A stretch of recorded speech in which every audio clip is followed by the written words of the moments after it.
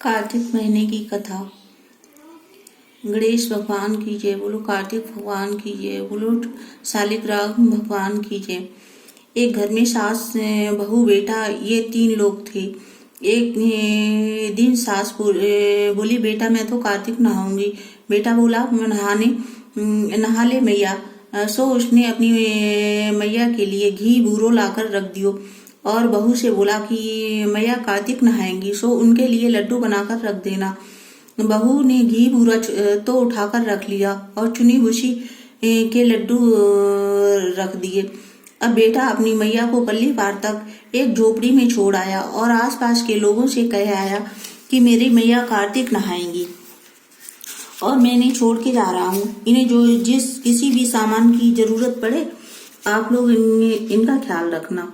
सो वे लोग मैया का बहुत ध्यान रखने लगे। बुढ़िया सुबह सुबह ही उठे, कार्तिक नहाकर खूब भजन पूजा पाठ करे और जैसे ही लड्डू निकाले, कृष्ण भगवान एक याचक के रूप में आए और कहीं दरवाजा खटखटाऊं, माँ एक लड्डू पाऊं। ऐसा सुनते ही बुढ़िया एक लड्डू झट से दे दे। ऐसा करते करते कार्तिक पूरा हो गया। तब श्री भगवान आए और बोले जो चाहो सो वरदान मांग लो। बुढ़िया बोली मैं क्या मांगू, मुझे कुछ नहीं चाहिए। ऐसा सुनकर भगवान ने झोपड़ी में लात मारी। सो लात मारते ही महल हो गए और बुढ़िया में लात मारी तो वह बुढ़िया 16 वर्ष की हो गई। अब तो उसके पास खूब धन दौलत हो गई। जब उसका बेटा अपनी मैया को लेके आया और उसने आसपास के लोगों से पूछा भाइयों यहाँ पर मैं अपनी मैया को छोड़ गया था, वो कहाँ चली गई? तो सब लोगों ने कहा मैया वो तो इसी महल के अंदर है। तो लड़का आया, उसने आवाज लगाई माँ बाहर निकलो। मैया बाहर निकल आई। गाड़ी में मैया को बिठाकर और सब सामान लेकर घर को आ गया।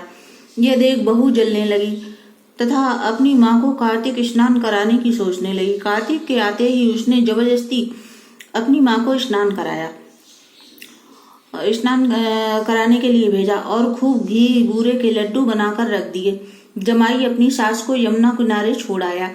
कार्तिक के शुरू होते ही औरतें सुबह नहाने के लिए आती, किंतु वह सोई पड़ी रहती तथा उनसे शोर मचाती कि तुम इतनी जल्दी आकर क्यों इतना शोर मचाती हो, हमारी नींद खराब होती है। भगवान श्री कृष्ण आते हैं और कहते हैं झोली फैलाओ मैं एक लड्डू पाऊं। वह लड्डू न देकर यह कहती कि जमाई के घी बूरे के लड्डू मैं तुझे खिलाऊं कि मैं खुद खाऊं, और वह खुद खा जाती। कार्तिक के पूरा होते ही भगवान आए और बोले माँ क्या मांगोगी? वह बोली जैसा आपने मेरी समधन को दिया वैसा मुझे दे दो। भगवान ने ये कहकर कि तेरी करनी तेरे साथ, उसकी करनी उसके साथ, झोपड़ी में लात मार दी।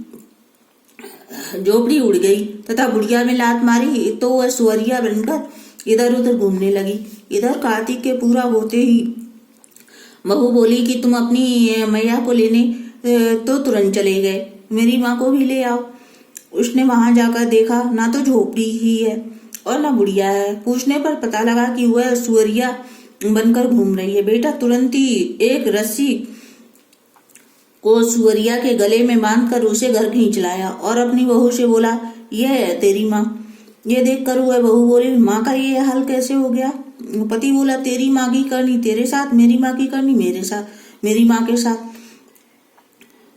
तब उसने पंडितों से पूछा, एक पंडित से पूछा। तब पंडित ने बताया कि जो भी कार्तिक तथा 10 वैशाख बिना नमक के खाकर नहाई हो, उसके नहाने की धोवन से जो पानी बचे है उसके छींटे अगर इस सुअरिया पर पड़ेंगे तो ये फिर से स्त्री बन जाएगी। ये सुनकर बहू ने बेचारा कि मेरी सास ने तो इसी तरह स्नान किए हैं। अतः वो अपनी सास की खुशामद करने लगी। बोली कि सासू माँ आज तो मैं तुम्हें खुद अपने हाथ से नहलाऊंगी। सास बोली नहीं मानती तो नहला दे। यह सुनकर उसने एक गड्ढा खोदा, उसमें अपनी माँ को बिठाकर ऊपर से पट्टा रख दिया और अपनी सास को पट्टे पर बिठाकर खूब रगड़ रगड़ कर नहलाया। नहाने के पानी से बहू की माँ के ऊपर उस पानी के छींटे पड़े तो वह फिर अपनी स्वरूप में आ गई और स्त्री रूप में बन गई। जैसा कार्तिक माँ पहली को आया सबको आए, दूसरी को आया हुआ किसी को ना आवे। बोलो कार्तिक भगवान की जय।